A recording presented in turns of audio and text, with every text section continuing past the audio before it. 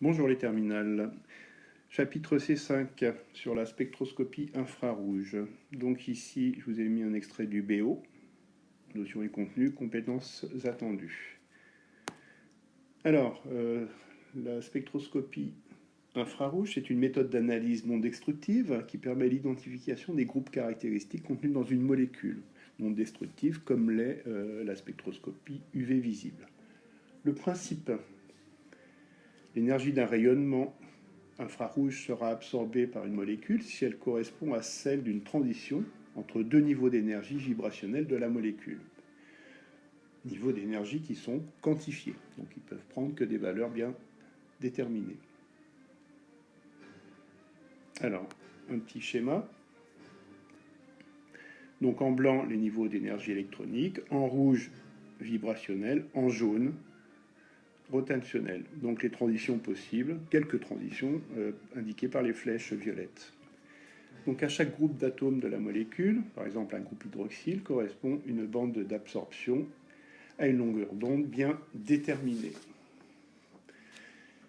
Bande, pourquoi? Parce qu'à unique variation d'énergie vibrationnelle peut s'accompagner de nombreuses variations d'énergie rotationnelle de fréquences très voisines. Alors ces bandes sont en rapport avec deux modes de vibration: les vibrations d'élongation, le stretching, ou de déformation, le bending. Donc vu avec le logiciel SPECAMP, lors de l'activité numéro 5. Alors à chacun de ces modes sont associées des bandes d'absorption caractéristiques de groupes d'atomes particuliers tels que CO, où on a une double liaison entre le carbone et l'oxygène, CO avec une simple liaison, OH, etc. Alors la valeur du nombre d'ondes correspond au minimum de transmittance ou bien au maximum d'absorption du groupe considéré. Et ces valeurs sont répertoriées dans des tables. Exemple.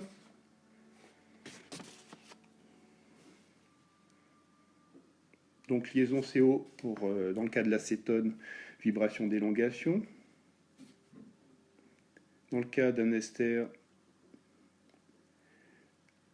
la valeur du nombre d'ondes est compris entre 1730 et 1750 pour l'acide carboxylique, etc. Alors maintenant, un spectre infrarouge, c'est le tracé de la transmittance T, exprimé en pourcent, en fonction du nombre d'ondes, sigma ou nu bar, en centimètres moins 1, avec sigma qui est égal à l'inverse de la longueur d'onde. Donc les bornes 400 à 400 cm moins 1. Donc en fait, sigma est proportionnel à la fréquence. Sur le graphe, l'orientation de l'axe des abscisses se fait vers la gauche. Alors, remarque, à une transmittance de 100% correspond à une absorbance nulle, évidemment. Alors, les bandes d'absorption caractéristiques, chaque bande est caractérisée par sa position, qui est donnée par sigma, sa largeur, fine ou large, et son intensité, faible, moyenne, forte. Et donc, ces bandes sont répertoriées dans des tables. Maintenant, la liaison hydrogène.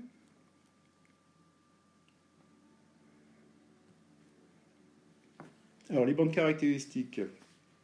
Alors, large, style patatoïde, si on a la présence de liaison hydrogène, répertoriée dans les tables sous la forme OH lié, intervalle de 3200 à 3400 cm moins 1.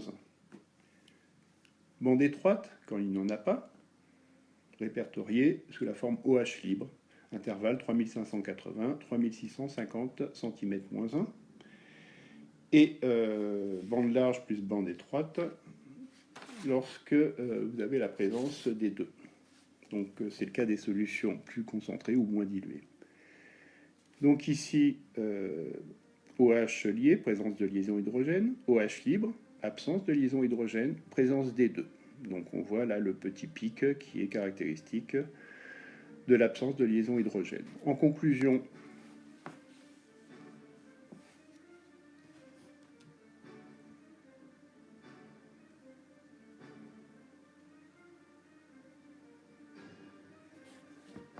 donc ici vous aurez à compléter l'axe des énergies en électronvolts, donc les valeurs qui correspondent aux bornes de la spectro-UV visible et infrarouge.